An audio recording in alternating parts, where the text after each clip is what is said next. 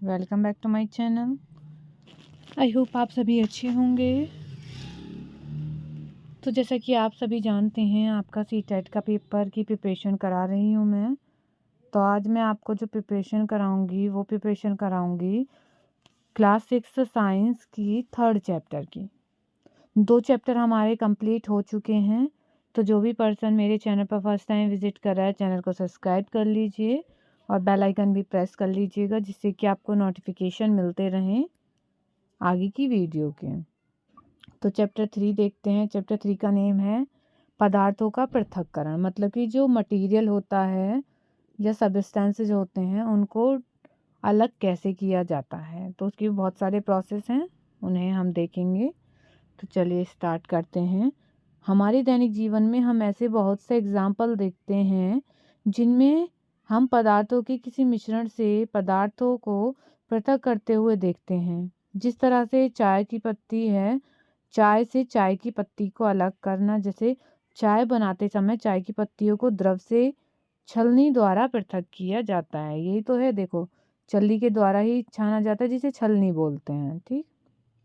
फसल कटाई के पश्चात अनाज को भूसे से पृथक करते हैं। मक्खन को पृथक करने के लिए दूध या दही का मंथन किया जाता है। रेशों से बीजों को पृथक करने के लिए हम कपास को उठाते हैं, मतलब कपास अलग करते हैं। आपने नमकीन, दलिया अथवा पोहा खाया होगा। यदि आपने यह पाया होगा कि इसमें मिर्च है, तो खाने से पहले उन्हें सावधानी पूर्वक बाहर निकाल दिया जाता है। ठीक है। कल्पना कीजिए कि एक टोकरी में आम और अमरूद भरे हैं और आपसे इन्हें पृथक करने के लिए कहा गया है, तो आप क्या करेंगे? आप इसको बहुत आराम से अलग कर सकते हैं। इसके लिए आप एक प्रकार के फल को उठाकर किसी दूसरे बर्तन में रख देंगे और दूसरे को ऐसे ही रहने देंगे। तो मतलब अगर 2 तरह के ही फल हैं तो आप उसको इजीली अलग कर सकते हैं। ऐसा करना सरल प्रतीत होता है, परंतु यदि पृथक किए जाने वाले पदार्थ आम या अमरूद की तुलना में बहुत छोटे हों तो उन्हें पृथक करने के लिए क्या करना होगा? जैसे कि आम और अमरूद तो बहुत बड़े सब्सटेंसेस हैं, पदार्थ हैं, लेकिन अगर कोई छोटा पदार्थ आ जाए, उन्हें अलग करना है, तो कैसे करेंगे? कल्पना कीजिए यदि आपको रेत और नमक के मिश्रण से भरा कोई गिलास दिया जाता है, तो मिश्रण से रेत के कणों को हाथ से बीनकर पृथक करने की सोचना भी असंभव है। हाँ, सोचना असंभव होगा, क्योंकि उसे अलग कर ही नहीं पाएंगे, क्योंकि वो सेम क्वांटिटी के, सेम साइज के और सेम दिखने वाले भी हो जाएंगे। टेबल 3.1 के कॉलम 1 में पृथक्करण के कुछ प्रक्रम दिए हैं। पृथक करने का उद्देश्य तथा अवयवों को पृथक करने के ढंगों को कॉलम 2 तथा 3 में देखना है। उसे देखते हैं। क्या प्रत्येक, देखो ये है टेबल में क्या है? पृथक प्रक्रम। चावलों से पत्थर को पृथक करना, इसको तो हाथ से कर सकते हैं। 2 भिन्न परंतु उपयोगी पदार्थों को पृथक करना, हम ठोस अवस्था को फेंक देते हैं।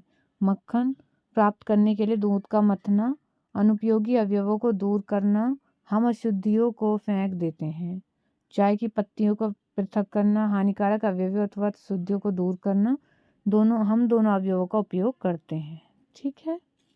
आगे देख लेते हैं। आगे क्या है? प्रक्रम का उसके उद्देश्य तथा पृथकृत अवयवों के उपयोग के ढंग से मिलान कर सकते हैं। हम देखते हैं कि किसी पदार्थ का उपयोग करने से पहले हमें उसमें मिश्रित हानिकारक तथा अनुपयोगी पदार्थों को पृथक करने की आवश्यकता होती है।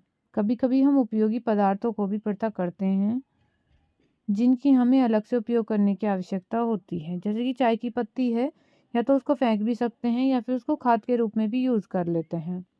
पृथक किए जाने वाले पदार्थों के कणों के आमाप अथवा द्रव्य भिन्न हो सकते हैं। ये पदार्थों की 3 अवस्थाओं, जैसे ठोस, द्रव और गैसों में से कोई भी हो सकती है। इसलिए हम किन्हीं पदार्थों के ऐसे मिश्रण का पृथक करते हैं जिनके गुणधर्मों में अत्यधिक भिन्नता है। मतलब कि क्वांटिटी भी अलग है उनकी, और जो उनका साइज है वो भी अलग है और कम होते हैं वो। पृथक्करण की जो विधियां हैं उनको देखते हैं। अब हम पदार्थों के पृथक्करण की कुछ सामान्य विधियां हैं उनको देखते हैं। नंबर 1 है हस्तचलन। वो कौन सी विधि होती है, उस विधि को देखते हैं। एक्टिविटी 2 है दुकान से खरीदे हुए अनाज का एक पैकेट कक्षा में लाइए। अब अनाज को कागज की शीट पर फैलाइए। क्या आप कागज पर एक ही प्रकार के अन्न कण पाते हैं? क्या इसमें पत्थर के टुकड़े, भूसी, टूटे हुए अन्न कण तथा अन्य खाद्य कण हैं? तो आप देखते हैं कहीं अगर गेहूं को देखते हैं तो गेहूं में सब चीजें मिली होती हैं। अब अपने हाथ से पत्थर के टुकड़े, भूसे तथा अन्य अन्न कणों को इससे पृथक करना है आपको। ये हस्त चयन विधि होती है।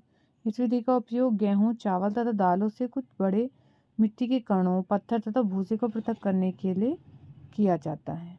ऐसी अशुद्धियों की मात्रा प्राय बहुत अधिक नहीं होती है। ऐसी स्थितियों में हस्तचयन द्वारा पदार्थों को पृथक करना एक सुविधाजनक विधि है, क्योंकि वो कम क्वांटिटी में यूज़ होते हैं और मोटे भी होते हैं, तो इसलिए उन्हें ऐसे या हम अलग कर सकते हैं हाथ से। ठीक है। एक दूसरा प्रोसेस है थ्रेसिंग। आपने खेत अथवा खलिहानों में गेहूं या चावल की सूखी डंडियों के डंठल देखे होंगे। सूखे पौधों से अनाज को अलग करने से पहले धूप में सुखाया जाता है। प्रत्येक सूखे पौधे की डंडी पर अन्नकण लगे होते हैं। खेतों में रखे सैकड़ों गट्ठरों पर लगे अन्नकणों की संख्या की कल्पना करनी है आपको। किसान अन्नकणों को सूखे पौधों से इतने गट्ठरों से अनाज को कैसे पृथक करना है ये बताना है।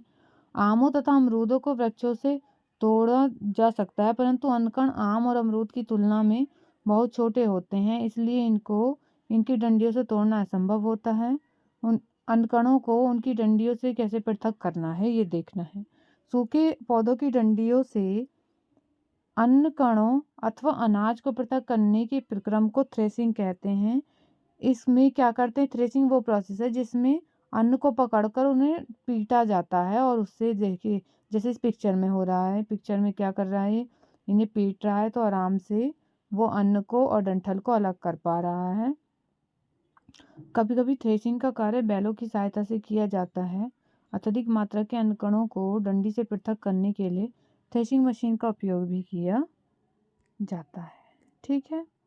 नेक्स्ट प्रोसेस है निष्पासन। वो कौन सा प्रोसेस है? सूखी रेत अथवा लकड़ी के बुरादे अथवा सूखी पत्तियों के पाउडर का एक मिश्रण बनाइए। इस मिश्रण को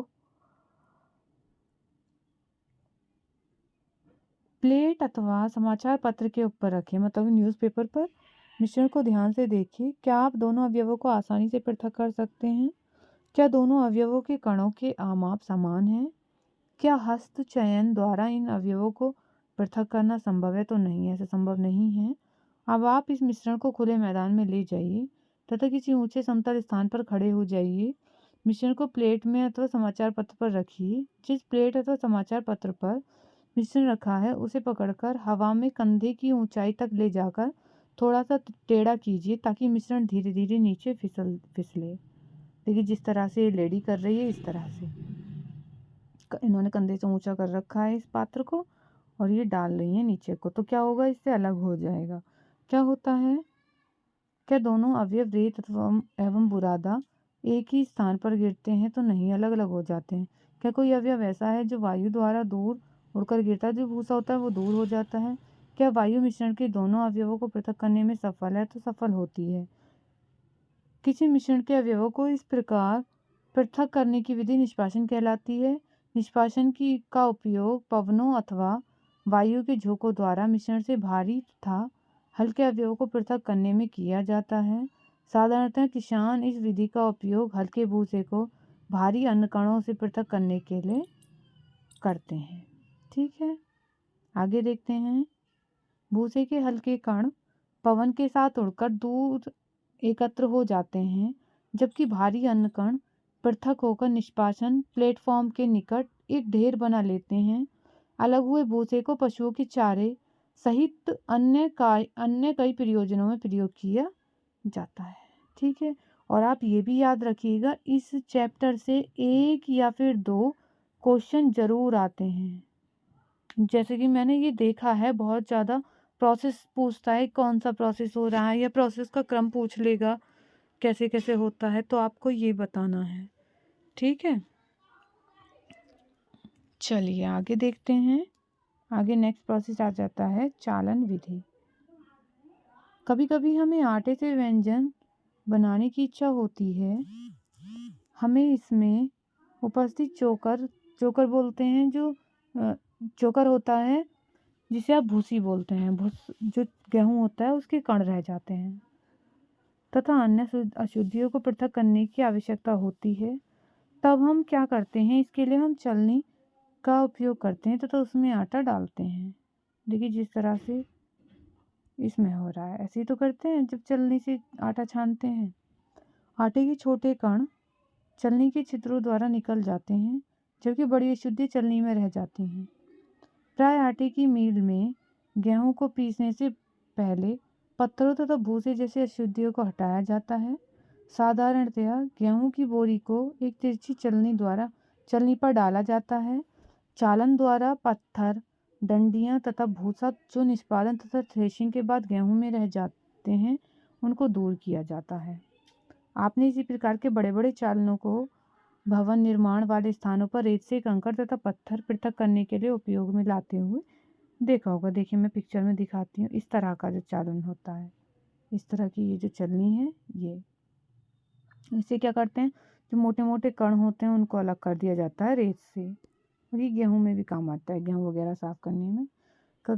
एक एक्टिविटी और है, कक्षा में एक चालनी का तथा थोड़ा सा आटा घर से लाइए। चालन द्वारा आटे से अशुद्धियों को पृथक कीजिए। अब चाक का पाउडर बनाइए तथा उसको आटे के साथ मिलाइए। इस मिश्रण का चालन कीजिए।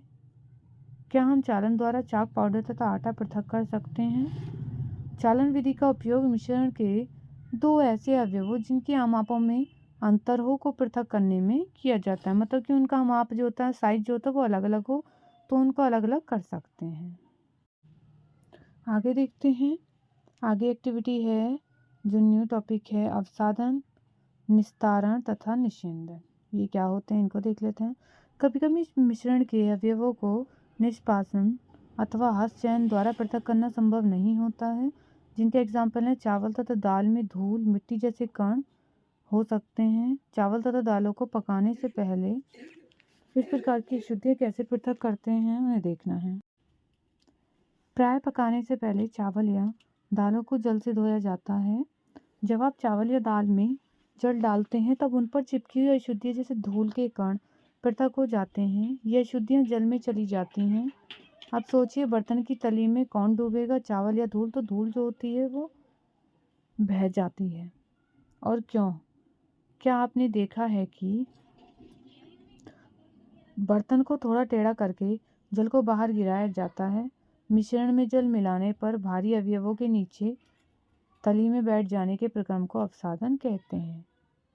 जो गेहूं वगैरह होता है या जिसको छान रहे हैं वो तो रह जाता है नीचे तली में। जैसे चावल साफ करते हैं तो चावल तो तली में रह जाएगा, लेकिन मिट्टी के जो कण होते हैं वो ऊपर आकर निकल जाते हैं। आइए अब हम ऐसे अन्य मिश्रणों का पता लगाते हैं जिसमें अवयवों को अवसादन तथा निस्तारण विधि द्वारा पृथक किया जाता है। ठीक है, आई होप इतना आपको समझ में आया होगा। देखिए इस तरह से तो करते हैं, चावल वगैरह को से जो मिट्टी को अलग किया जाता है। ओके, इस तरह से। तो आज के लिए हम इतना ही रखते हैं। थोड़ा सा चैप्टर रह गया है, मैं आपको वो नेक्स्ट वीडियो में कराऊंगी। वीडियो अच्छी लगी हो तो लाइक कीजिए। चैनल पर फर्स्ट टाइम विजिट करें तो चैनल को सब्सक्राइब भी कर लीजिएगा। और वीडियो बताइएगा आपको समझ में आ रहा है या नहीं आ रहा है। और इस चैप्टर से आपके 1 या 2 क्वेश्चन ज़रूर आते हैं, हर एग्ज़ाम में आते हैं इस चैप्टर से। तो इस चैप्टर को ज़रूर ध्यान से पढ़ें। वीडियो अच्छी लगी है तो लाइक कीजिए। चैनल पर फर्स्ट टाइम विजिट करें तो चैनल को सब्सक्राइब कीजिए। And thank you for watching.